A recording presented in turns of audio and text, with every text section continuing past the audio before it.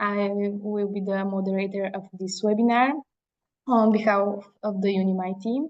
I'm here with Andrew, who is representing Copenhagen Business School. And in the first part of the webinar, he will share more about the MBA program.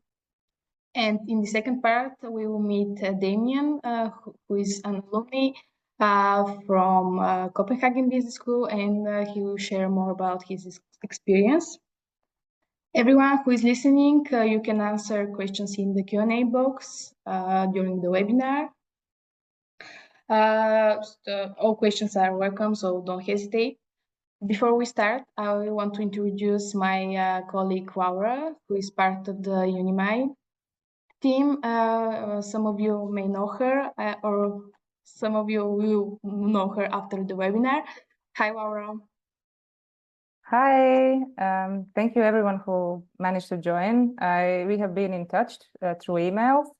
I'm very, very happy to see so many of you today, and I hope you will enjoy this webinar, and I will be in contact with you after. So Andrew or Damien, take ahead. Andrew, you can share your presentation. Great, thanks Laura, thanks Mariana. I'll just share my screen and welcome again to everybody. I see lots more people joining now, so as we do that, I'll just share my screen and set this into presentation mode. Let's try that again. Perfect. And if one of my colleagues can confirm that we can all see that. Yes. Yes. Terrific. Yeah. Thanks, Perfect. guys. Cool. Yes. Everything's working here. Lovely, lovely. Yeah, so I'm from the admissions team at the Copenhagen Business School full-time MBA. And with these webinars, what we tend to do for the first 10-15 minutes is give you sort of an overview and a context of who we are, who CBS is, what the full-time MBA is. And after that, we'll pass on to the more interesting part of the conversation today, hear about Damien's story, and then we'll open up for a Q&A. But I always think it's quite important for us to give you a bit of context, and obviously I can answer any of the practical questions around that too. So feel free to ask either questions directly to Damien or practical questions directly for me too. So we've already done a welcome, so I'll skip over that. But I thought it was also nice to give you a context of Copenhagen Business School, because there are several universities in Copenhagen. And for those of you who are completely new, and actually I can see on the participants some familiar names, so hello to everybody who's already a bit further along on the journey. But for those of you who are brand new, Copenhagen Business School is actually a university in itself. It's actually, by European terms, quite a large university, about 20,000 students, and quite an old university. We've been around over 100 years, strong research-based institution, and we actually have 6 campuses all over Copenhagen. The full-time MBA is part of the executive education department, and we actually have 3 MBA programs. We're all relatively small. We're about 40-45 students each, and that's an academic decision. So whilst CBS is very large, we've decided to make the MBA programs small and let's say boutique size programs as well. So a bit about Copenhagen for those of you who don't know it so well. There's lots of different aspects that Copenhagen's famous for, in terms of it's obviously the capital of Denmark. But the reason I've put in some of these rankings, and I know rankings can be a bit dry sometimes, but I think it reflects the lifestyle here quite well. In terms of competitiveness, the first one there, and that was from last year from IMD's World Competitiveness Yearbook. It doesn't mean we're all fighting against each other and competing against each other. It means the overall competitiveness of the economy. And the reason that we use the IMD one there is because it takes into account like political stability, social factors, other things like that, alongside GDP per capita. And I think that reflects well Denmark's positioning in Europe as well. The famous thing is Denmark's a very happy country. That doesn't mean we're all skipping down the street and laughing and joking constantly. It means that more contentedness is very good, and social benefits and that type of thing. The third point, and actually probably the final point, is around safety. The most recent version of the Economist Safe City Index put Denmark at the top. I moved here from London about 4 years ago. I can very much vouch for it being a very safe and calm city in comparison, and basically good work-life balance in that regard too. And the final 2 points there I just wanted to say was around the English level proficiency is extremely high in Denmark. Obviously, we'll encourage you to try and learn Danish during the MBA, but the entire MBA is in English. Many of the activities that our students go on to do after the program, business language will be English. And the country itself is very much looking for, particularly in certain industries, is very much trying to promote towards international talent because they have shortages in certain areas. So that's why I'm talking about that in general. And in fact, that top photo there, that boat there was where I got married. So I didn't realize I'd put that in there. That's brilliant. That's a kind of a cute connection there. The third section I wanted to talk about today was around the Copenhagen MBA itself. So what I try and do here is just give you an idea of three simple points really around why the Copenhagen MBA, or at least why we see many students coming to join us. The first primarily reason is around teaching quality, and you have two levels of that really to sort of proof or evidence of that is this triple crown of accreditation. If you've not heard of that before, basically these are three quality assurance agencies that vouch for business schools and actually MBAs too. Any school with those three, it's quite rare. There's only about 100 or so worldwide. You can basically have faith that that's a top tier MBA in that regard. And that links very well into like rankings and things like that. So you can see we do very well in QS, the Bloomberg and the Financial Times rankings that we participate in as a business school and as an MBA. Aside from that, people are very interested in the Scandinavian aspect of our full-time MBA. At our level, we are the only full-time MBA in Scandinavia. And people are interested in learning about the Scandinavian management style and leadership style. That's partly why they come to the program. And also the opportunity to stay in Scandinavia after the program. There is a 3-year post-study work visa that you automatically receive as a non-EU in Denmark at the moment. It can also apply to your family and dependents, which is different from other countries in Europe at the moment. So we're seeing that being a combination of things that people are interested in Scandinavia. And then finally, the MBA, it's a general management MBA, but it very much has an ethos and a mindset connected to sustainability and responsible leadership. And most of our students are coming in with a strong interest, or at least their ethos is connected to that. And don't get me wrong, they're still business orientated. They're doing an MBA, so of course they are, but they are interested in the sustainability and responsible leadership aspect. So those 3 points I feel like are the most common reasons that people are coming to us. In terms of the structure, it's a 1-year intensive MBA. Again, that's on purpose. We've decided to do that for the positioning of the program. It starts in October each year, but you'll see here that technically it starts on the 29th of September. But the first week of October, traditionally, and sorry, ignore the intro week there. Obviously, that's 2025, that should say. And what we try to do is make quite a logical structure here. So you'll see it's broken down into 4 terms. The first term, and again, just emphasizing that it's a general management MBA, but the first term is focused on the internal aspects of the organization, what we think is important for you to understand on those topics there. The second aspect, we're looking at the organization's environment around the organization, the external factors that we feel you should be critically thinking about when it comes to management and leadership. And the third term is around strategic execution. So that first half of the program, those are your core modules. We're deciding your content, basically, 9 to 5 every week. The second half of the program is when you get to personalize, and that's when you do your concentrations. You choose 1 of 4 topics to go deeper dive into, and then at the same time you're doing your strategic project or strategy project with a Danish or an international company, usually in Denmark.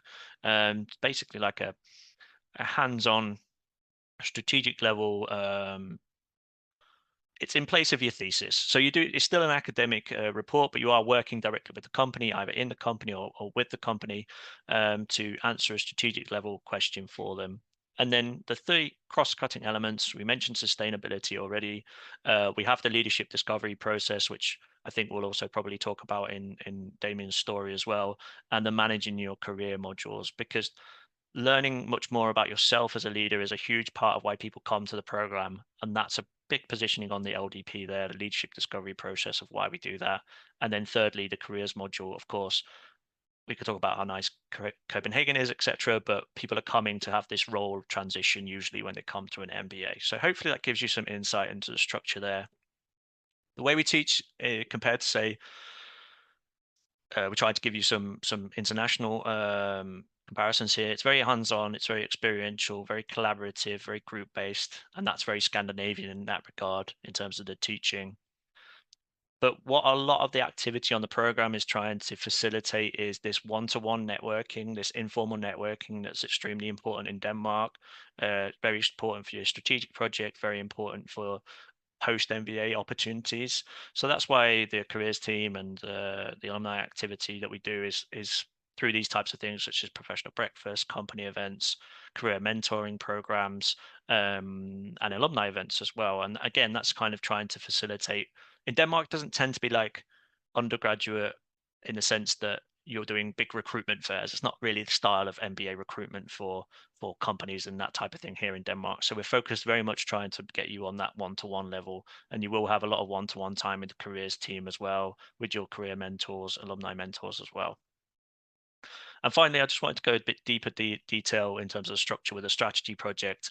That is quite a unique aspect of the program. We spend a lot of time with you talking to you about the strategy project because it's a 3.5-month project with a company here in Denmark, and you can see some of the samples there, and I'm sure Damien will touch on this too, but it's across different sectors, those that are large in Denmark as well. So the companies either approach us and you can apply to them, or you work with the careers team to try and arrange that on a one-to-one basis. So we see both, and the idea of the second option is to try and give you something that's very specific towards your career aims, depending on what those are. So to give you a flavor of who actually comes onto the program, there are some minimum criteria. We do assess applications holistically on a rolling basis throughout the year. Minimum criteria are 3 years bachelor's, 3 years work experience post-bachelor's, sorry. Strong English proficiency. You don't have to have an IELTS for the visa, but if we are asking you for a test, it's an IELTS 7 or TOEFL 95, 96 minimum. The GMAT minimum score is 600 for the old version, and the GMAT focus minimum score would be 550. GRE minimum is 300. So the full-time MBA class profile for the 2024 cycle is that we had 47 students this year. That's pretty much the maximum that we would have. Average age is 31, but the range is really, really vast. Average years work experience is probably really the more interesting. That's 7 years post-bachelor's work experience. We usually have around 40% women on the program, and obviously working hard to improve that in terms of gender parity. With those 47 people, we had 23 different nationalities, and 30% of our class already had a master's as well. So it's a really diverse group. That sort of also ties into where people's educational background is coming from. Lots from business and economics, finance, of course, but it's not just that. It's engineering, it's humanities and sciences, and some from other backgrounds too. So we do really pride ourselves on that. In terms of backgrounds in industry, it's really varied. So it can be from consulting, it can be from financial services, energy and sustainability, tech, logistics. It's really varied in that regard. And this probably also represents really well where people are coming from and where people are going to. So this is where the class of 2023 went to after the program. 93% of them were employed within 6 months. But in terms of the industries that they went to, you can see on the right-hand side there that, in fact, it was very diverse, but it matches fairly well with where we're getting people from who are coming into the program too. And you can see from the post-MBA roles and industries, they are looking to step into something that's more strategic, maybe than a technical area, big picture. We see people stepping into like change and transformation roles too as well. So it's pretty varied. That's kind of what you're also getting when you come into Scandinavia. And yeah, we can obviously cover anything around that more. But I think that statistic around the amount of people that stay in Denmark after the program is also quite important, because around 60-70% of our students do tend to stay in Denmark after the program. No right or wrong answer there, but it's just how it is. So with the structure, with the practicalities and people's desires to get some international or European work experience when they're joining us. Okay, that's a lot of talking from me. So we can either, I think it would be nice to maybe hand over to Damien. For those of you that have typed in questions or want to ask questions, feel free to pop them into the Q&A. We'll have plenty of time to answer those too. So don't feel that I've ignored any of your questions. We'll definitely come back to those. So what I'll do, Damien, is I'll stop sharing my screen and I'll pass over to you if that works for you. Sure, sounds good, Andrew. Thank you for that, and hello to everyone. My name is Damien, and I'm the alumni that has graduated from the CBS MBA last year. I will just throw up a presentation in just a second.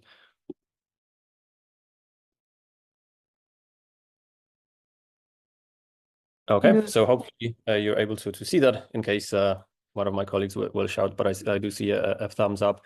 I wanted to give you a quick overview of my MBA journey. The picture that you see in front of you, and actually all of the pictures in the presentation are pictures taken by me, and they're most of them are from my MBA experience, so you can also get the visual flavor of that. And if you're curious, I'm on the left-hand side, top or left corner there, at the end of my MBA journey. But so there are 3 points I wanted to touch base today. First of all, I'll tell you a bit more about who am I, what's my background, what's my professional experience. Then I will talk a bit about my motivation. Why did I choose to do an MBA? And also why specifically I chose the Copenhagen Business School MBA. And lastly, I'll provide a few reflections on my MBA journey, how that experience has been, and also, of course, leave some questions or time for your questions at the end. So a few words about myself. I am originally from Poland. I was born in Warsaw in 1993.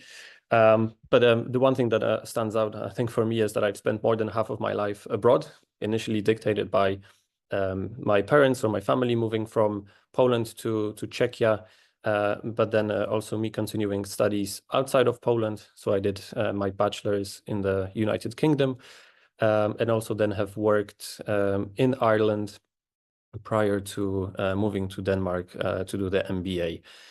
So quite a few countries in there. Briefly about my hobbies, I really love outdoor activities, cycling, for instance, and I have to say Denmark is a particularly great country for that. You may wonder why. Well, it's actually quite flat, so it's not too exhausting to go for a long ride. But also, if you're into indoor activities, bouldering there, and a lot of other sort of sports are available here in Copenhagen. So it's definitely a great place to practice your hobbies. A little bit more on the professional and my background side. So I have completed a bachelor's in business administration in the UK at University of Bath. And right after graduation, I've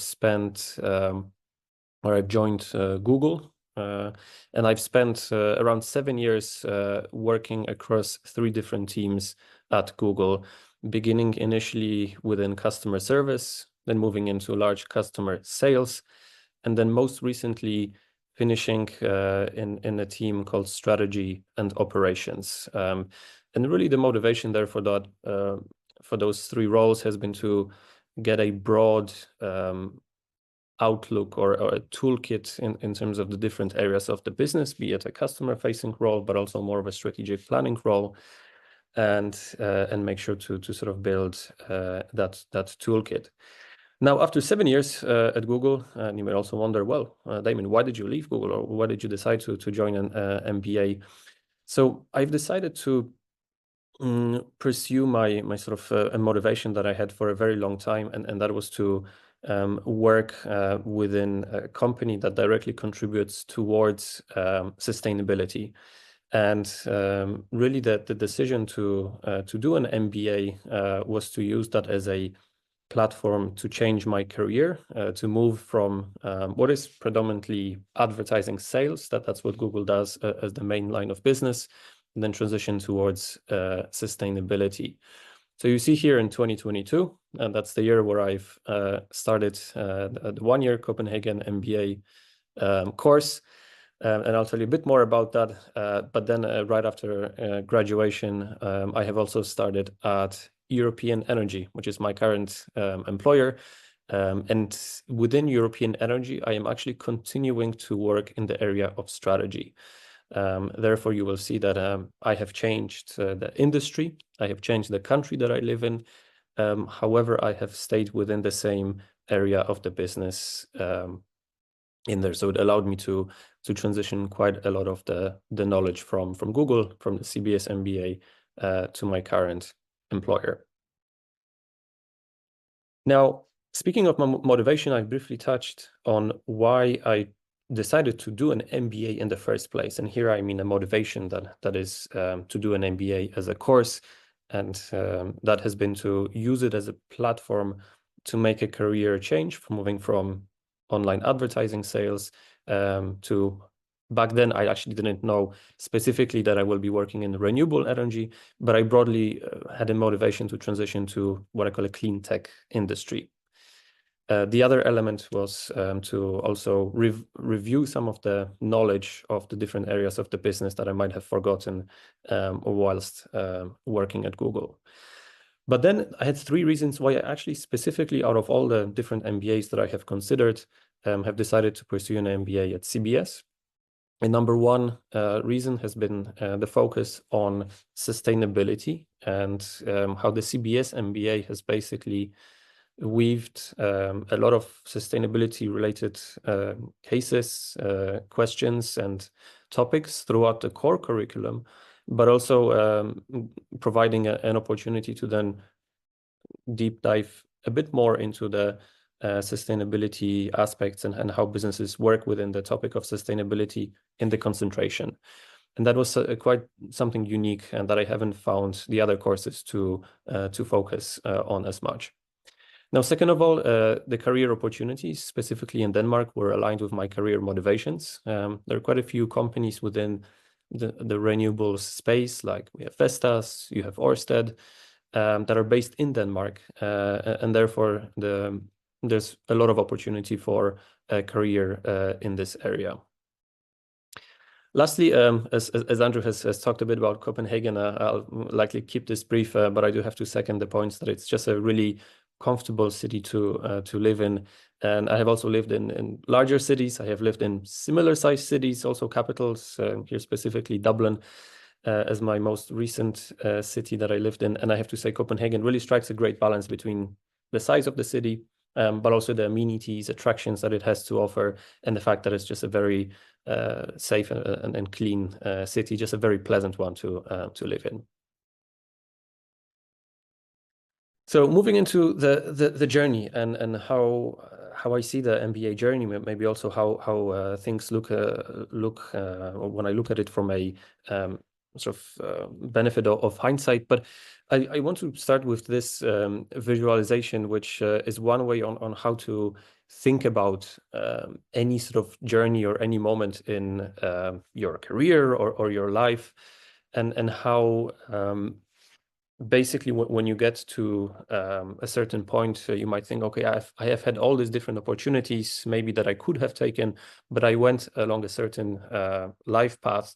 But I think that a good way to think about an MBA is that it is basically that moment that you see here in the middle, is that when you take an MBA, you really potentially open up quite a lot of other possible life paths, career paths, living in Denmark, outside of Denmark, etc., that you perhaps wouldn't have access to before you embarked on the MBA. So it really, I think a nice way to look at it is you don't really know where it might exactly take you. Maybe it will crystallize a few of the paths, but it definitely opens up maybe some opportunities that haven't been available there before. So it's a nice way to think about it in this way, in my view. And lastly, on my MBA journey, so it has been quite a intense 1 year that I have been through, intense in a good way, sort of improving on a lot of personal, theoretical, but also very practical aspects. And I wanted to share the 3 highlights with you here. So first of all, the first goal that I had to do an MBA, or one of the goals, was to brush up on the business and personal toolkit. And here the course definitely delivered on this through its sort of core curriculum, but also the sustainability concentration, which was one of the concentrations available that I decided to take at the end. I think that was also there was a good mix of extracurricular activities. We, for instance, took part in a venture capital competition where we had to pitch an idea on which company to invest in, and that's actually a picture you can see in the bottom right corner there with my team. We also organized several trips to, for example, a vertical farming company here based in Denmark.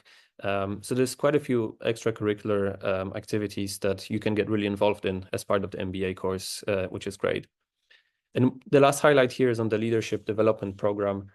A really sort of great program in terms of providing a platform for one to reflect on one's leadership style and maybe what is my default leadership style, how does that then affect the people around me, and then what are maybe some of the blind spots that I have as a leader.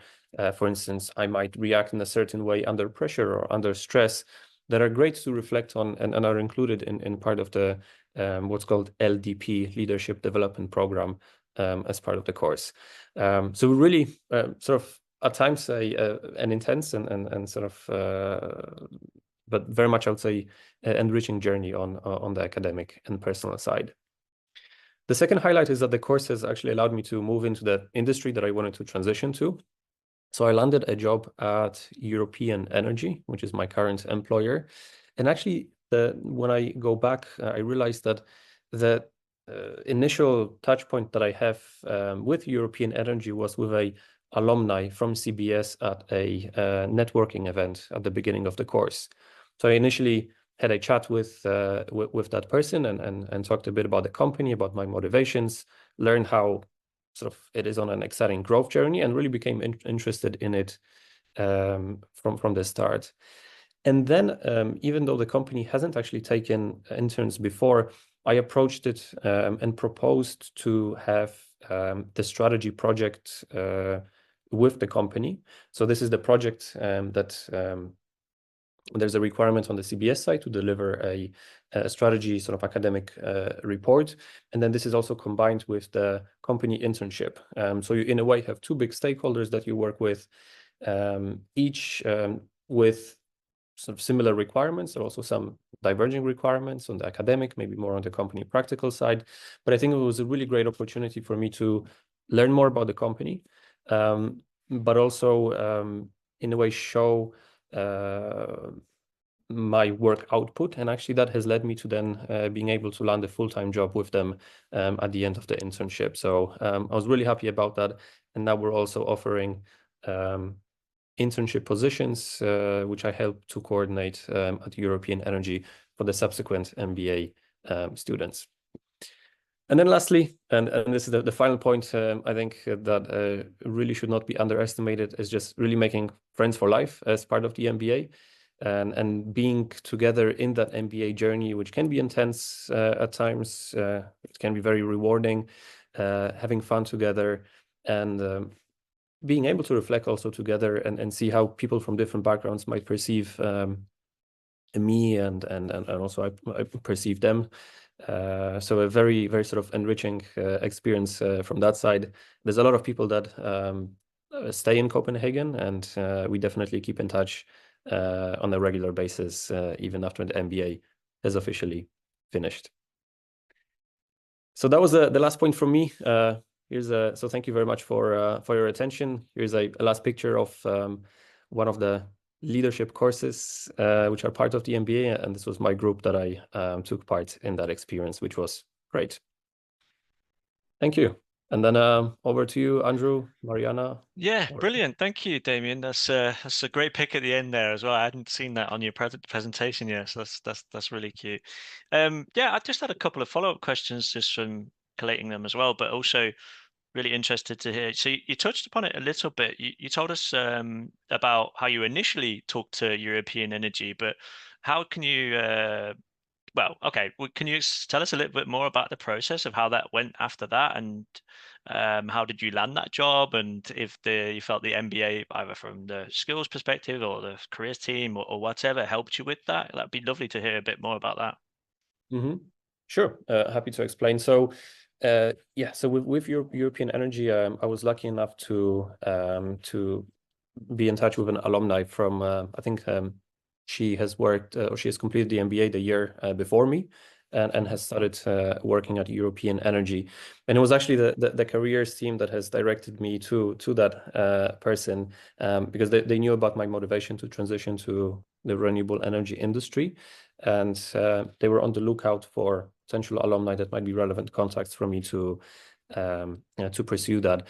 So I've talked to that person, and that person has actually connected me with another alumni that has worked at European Energy.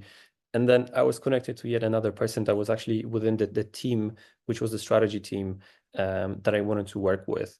And we had a discussion on what is the strategic project as part of the CBS, and then whether there would be potential opportunities for an internship position. So having a 3-month, basically part-time position at European Energy. And then we worked to sort of narrow down to a potential set of topics that would be both useful for the company, but also that would fulfill the requirements of the course. To answer the second part of your question, how the MBA has prepared me for that internship, actually, the one thing that has, or a few things came in very helpful, is that the scope of my work within the strategy team has been fairly broad, and that the example of a project that I was working on was focused on making a recommendation in terms of which markets are attractive for European Energy to increase their investment as part of the new strategy. And because it's a very broad question, there was a lot of different inputs that I had to look into. And the MBA course has sort of provided a good overview of the different areas of the business. For example, on finance, I could listen in and understand when there were discussions about risk and reward, or how does that impact certain financial metrics. I think from that perspective, that allowed me to sort of speak the language of the different teams, and at least conceptually understand them without being also the expert, because of covering such a broad area. No, that's perfect, and kind of exactly what a position of an MBA is for. So that's ideal.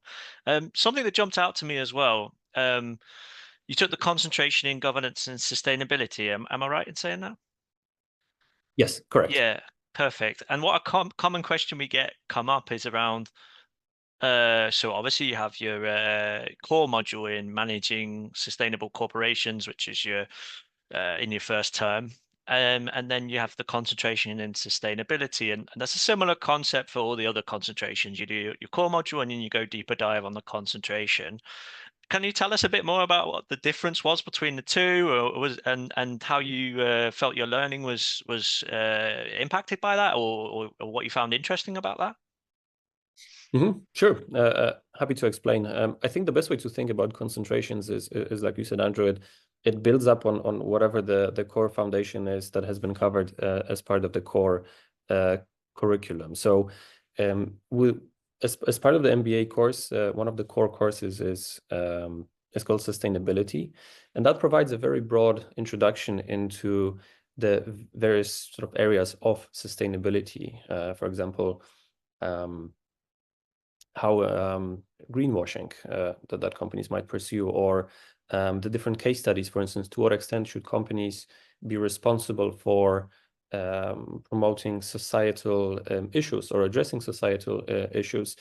So it's a very broad coverage of the different areas, and where the sustainability and governance concentration goes, it actually goes a level deeper.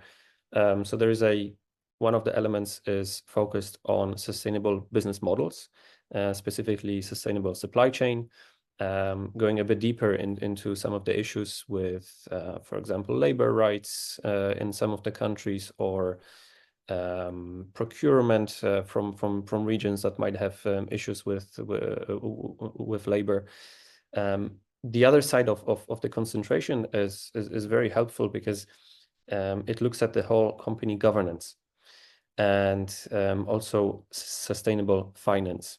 So you basically get an overview of how do the board of directors, as sort of the highest level entity within a company, interacts with the company. What are the different ways of how that board of directors can be organized to drive sustainability, for example, through a sustainability committee. The other element is a sustainable finance. So there's a very interesting discussion, for instance, around ESG investing and what does it really mean when a fund is ESG compliant or has a high ESG score. Does that really translate to the desirable outcomes? So it takes basically those learnings from the core course and then builds upon them and goes a bit more in depth as part of that. One last thing about the concentration, and I think that's worth noting, is that it is held together with the executive MBA students. So these are folks with a few more years, usually a few more years of experience than us full-time MBAs. And the level of discussion that also takes place during the concentration is a bit different. And there's a lot of insights and good experiences from the executive MBA cohort coming up, which is also very valuable. Yeah, that was relatively new, maybe 4 or 5 years. And obviously, when you're combining the two MBAs, you're never quite sure because it's different cohorts. But we've had good feedback from both sides of that. I guess, and it sounds like you found that quite valuable then. Exactly. Yes. Fantastic. And thank you for the description between the two. That's always very helpful. I'm going to definitely help. That's definitely going to help me too when, because it's a very common question that comes up because obviously they look extremely similar, but I really like the way you've balanced out the two there.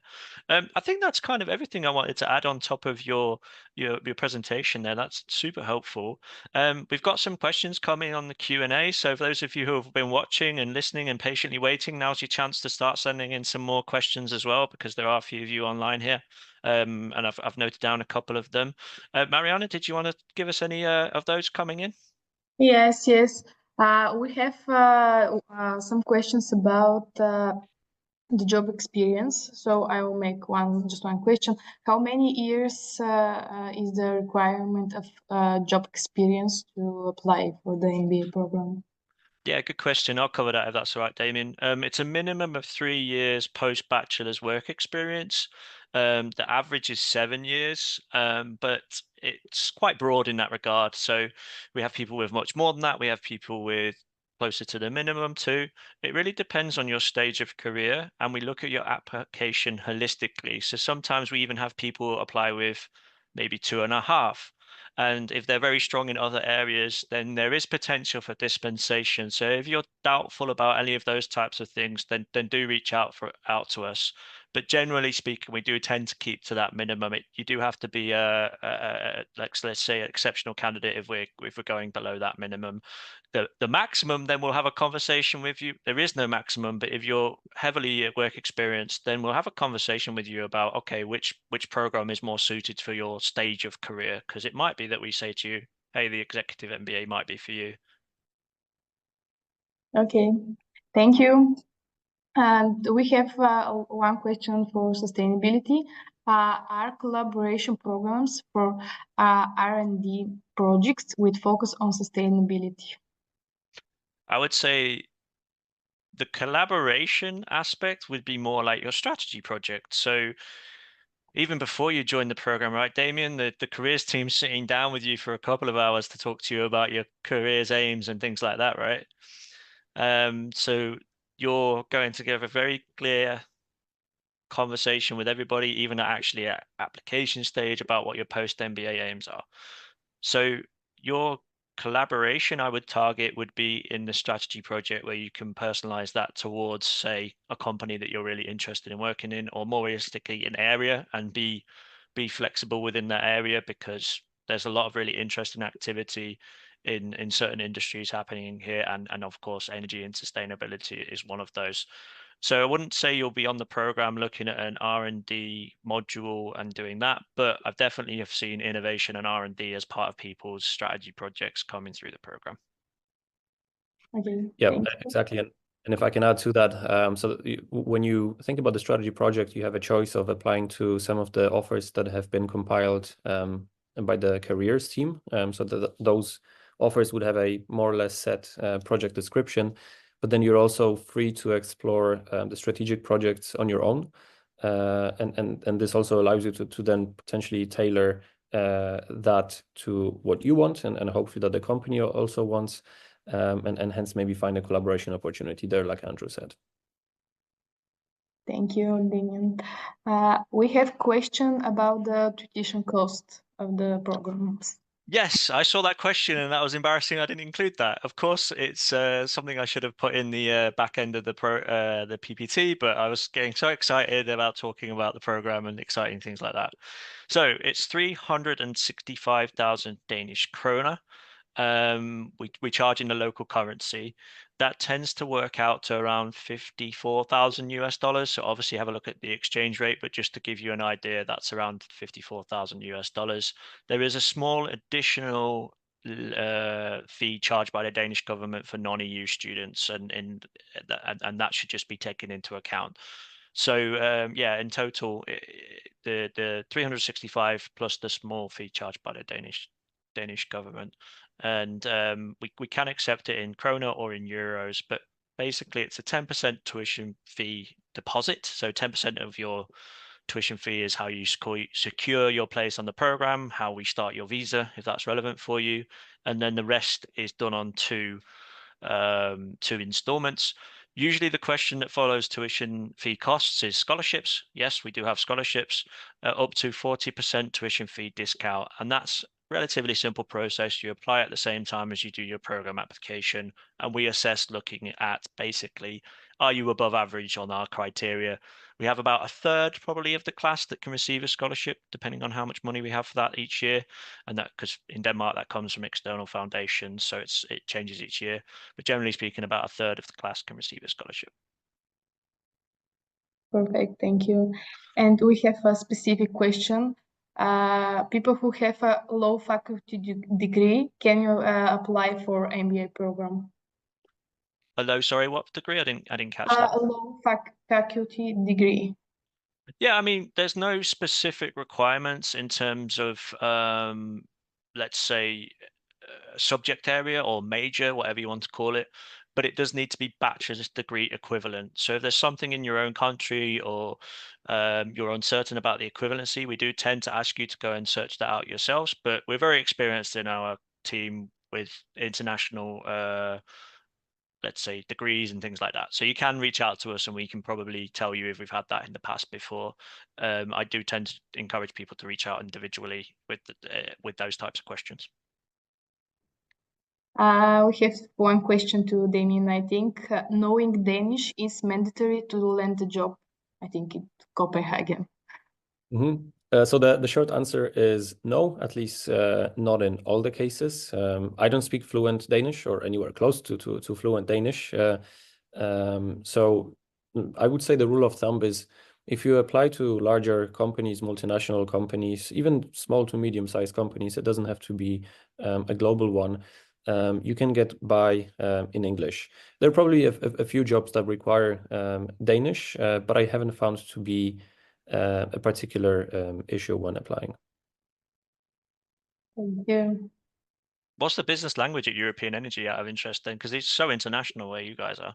Yeah, it's English. So we all speak English, yes. Officially, of course, knowing Danish can help if you want to catch some of the what I call a water cooler conversations occasionally. But there's always time for that. There are free lessons that are offered by the Danish government that you can sign up to. A lot of the times I've met with situations where the employers also can sponsor Danish lessons as well. That's actually what European Energy is doing. So I'd recommend looking into that. Yeah, we're seeing that more and more, just to give you anecdotal as well, because they came out last week to say that 16% of the workforce is now international. So it's actually a necessity. Obviously, our program, most students coming in and they're international, about maybe 90%. So that sounds similar to what others have experienced as well. Okay. Anything? Cool. We have questions to Andrew. What's the minimum score for GRE and GMAT? Yeah, sure. So GMAT focus would be 555, and that's the new version. You cannot choose the old version anymore, but the old version is 600. And then for GRE, the minimum is 300. Okay. I think we cover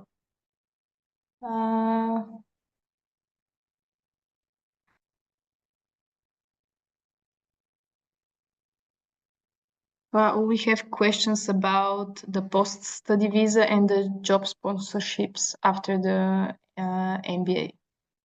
Yeah, Damien's a European, so unfortunately, I think I might need to do this one, Damien. Basically, it's changed. Actually, it's even changed since your time. So it's much simpler than it used to be. Basically, you automatically get a post-study work visa by studying on the program. You have to finish the program, of course, but once you finish the program, you have 3 years, technically 3 years to job search if you wish. We don't expect you to take 3 years, but that also doubles up as basically then you can switch into a fully unlimited working visa as well while you're on that 3-year job searching visa. So yeah, we've seen that be really helpful, and particularly in other countries like the UK, Germany, Netherlands, actually US, Canada, Australia, they're all changing their post-study work visas the other direction. So it's been quite helpful. We also have on-campus accommodation as well, so I think that's really helped people because in a lot of cities like London or Paris or Milan, or actually lots of them these days, they're having accommodation struggles with the students. So we're very lucky to have our own accommodation for the students too. So those two things, kind of practicalities, are taken care of. That comes up a lot with students. Thank you. We have some more questions about the GMAT and GRE. Do you have any type of preparation for GMAT and GRE? Yeah, that tends to be an external thing actually. So you can definitely search that. It varies on the person to person, and I would say look somewhere locally. Prior to the program preparation, we do have a pre-MBA. We do a week-long preparation for those of you maybe not coming in with the business or economics background. I'm guessing you didn't do that, Damien, because you already had your background in business. Yes, correct. So I haven't taken the pre-MBA. And actually, directed question for you. I can talk about preparation from what I hear, but how about yourself? Did you do GRE or GMAT? So I've done the GMAT, and in terms of the preparation, there's quite a lot of resources online that were available. What I have done though is I have done or I've begun the preparation well in advance. I think it was at least half a year before, just step by step, going through the different GMAT topics. I remember I purchased an online course that has explained sort of each area of the GMAT with real life examples. And then I've supplemented this with a very thick sort of official GMAT book that I purchased that contained the actual GMAT questions from previous exams. So I would say definitely don't underestimate the amount of time it takes to study for the GMAT. I'd say if you prepare systematically, if you put a system in place where you devote some regular time to it, you can get through a lot of the topics in that set time. So it just takes a bit of effort, but it's not something that's I would say rocket science. So we should do well on that. How long do you think you took? Like, obviously, you were working full time, did it part time. How long do you think you would say you took to prepare?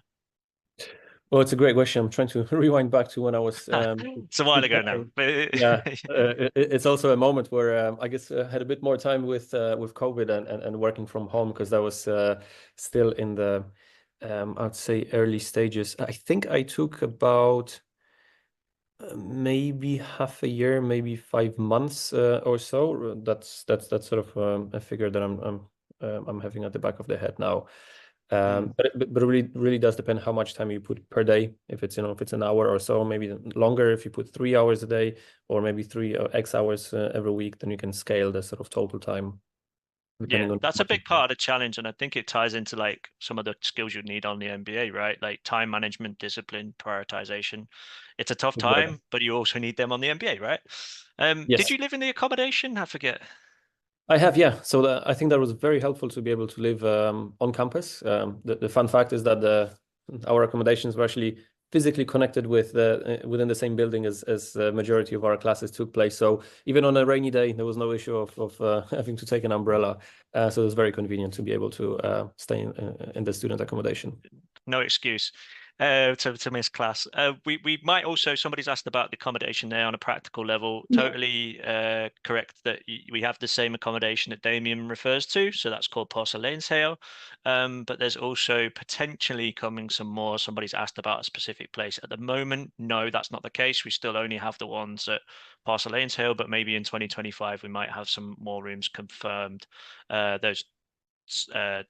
That conversation's ongoing, but at the moment we have at least 20 rooms, so it's a pretty good situation for us to be in, because there's a single occupancy if you're coming with family, if you're coming with spouse, partner, whatever.